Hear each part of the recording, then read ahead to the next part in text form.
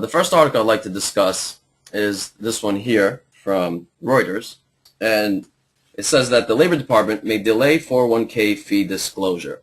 Now, this topic I've been following for a little while now, where the financial industry is trying to push back against additional disclosures because they fully realize that when people see the fees that they're paying within their 401k, they may start crying.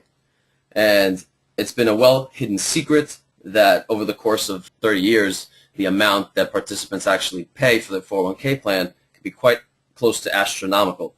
And if they were to find this out, they would, of course, seek out different ways to save and invest their money and avoid the restrictions associated with the 401k plan.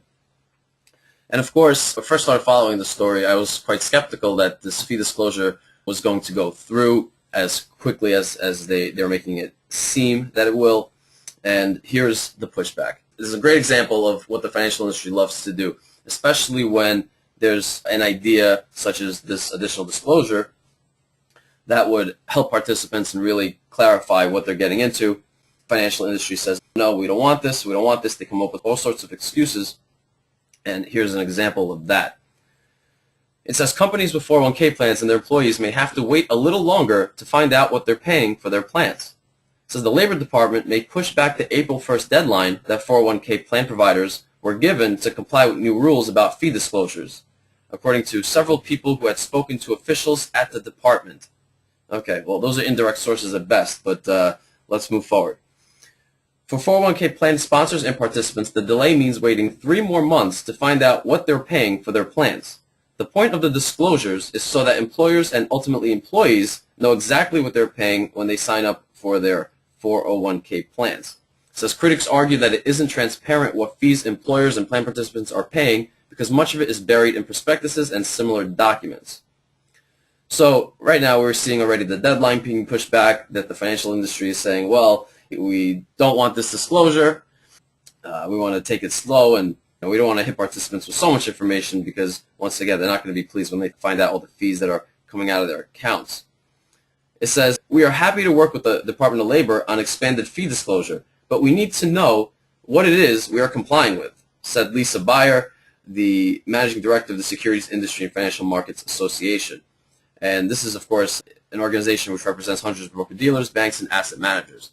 So basically, they're saying that they're all confused. They don't really understand what they're being forced to comply with. Now, this is great because the financial industry, it prides itself on being this group of geniuses that comes up with these exotic derivatives, and they can time markets, and they can move money around so efficiently and so forth. But when it comes to simply stating the fees that they're charging, they get all confused. They need more time. They don't understand what they need to do. It says SIFMA wrote a letter to the Department of Labor on December 2nd requesting a 12 to 18-month extension on the deadline from when the rule is finalized. They say the Department of Labor needs to give us some breathing room. And, of course, this is the executive director of the Investment Advisor Association, which is a trade group. Again, the financial industry is playing dumb. They know exactly what the fees are. They know exactly what each participant is paying because they're charging those fees. It's not a mystery. It's not something that they need to come up with. It's not new math that they need to invent or anything like that. The fees are being charged as we speak right now. So for them to say that they're confused, they don't know how to disclose it, it's all very simple. They already put the fees in mutual fund disclosures, so on and so forth. And if they're able to take it out of your account, then they should be able to calculate it and disclose it without much issue. He says, we're not opposed to the idea. We just need sufficient time to implement it. And this is what they say after they're asking for 12-month delays, and then, of course, they're going to fight it more and more. And this is exactly what we've seen in pretty much every other situation where there was a consumer advocacy issue that might help consumers. Usually there's a pushback from the industry, and this is what we see. And another funny thing is they're saying that they need more time to implement it. They've had 30 years to implement it. The 401k wasn't invented yesterday, so they've been cruising along this whole time saying how great it is. These suckers don't even know how much money we're taking out of their accounts. And now when they're forced to disclose the fees, they're saying, oh, well, we don't have enough time. Okay. It's funny how that works.